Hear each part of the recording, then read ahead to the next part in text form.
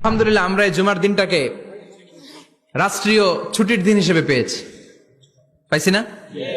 1984 সালে হুসাইন মোহাম্মদ এরশাদ সাহেব এই ভালো কাজ করছিলেন। উনি সব করছে জীবনে, স্বৈরাচারীও করছে, ভালো কাজও করছে। তো খারাপটা আর আমরা না বলি, যেটা ভালো এটাই বলি। উনার কারণে আজ অবধি এই 84 থেকে আজ বাংলাদেশের রাষ্ট্রীয়ভাবে সাপ্তাহিক ছুটির দিন কোনটা? আলহামদুলিল্লাহ কইবেন না?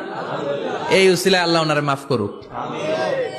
পৃথিবীর অনেক দেশে কিন্তু শুক্রবার ছুটির দিন না। আমি বছরের বেশিরভাগ সময় মালয়েশিয়াতে থাকি। মালয়েশিয়ার সাপ্তাহিক ছুটির দিন রবিবার।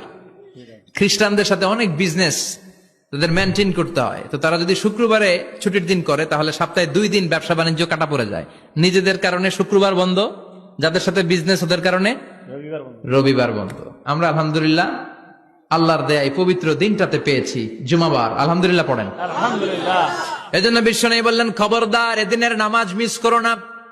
মান তারাকা সালাসা জুমাইন তাহাউনান, গাফলতি করে টানা 3টা জুমা যে ব্যক্তি মিস করলো, তাবা আল্লাহু ফি কলবিহি, রব্বুল আলামিন ওই লোকটার অন্তরের মধ্যে মোহর মেরে দেয়।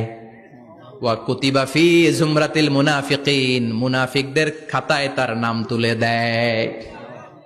3টা জুমা যদি কেউ মিস করে 2টা পানিশমেন্ট। এক হচ্ছে তাবা আল্লাহু ফি কলবি, আল্লাহ অন্তরে মোহর মেরে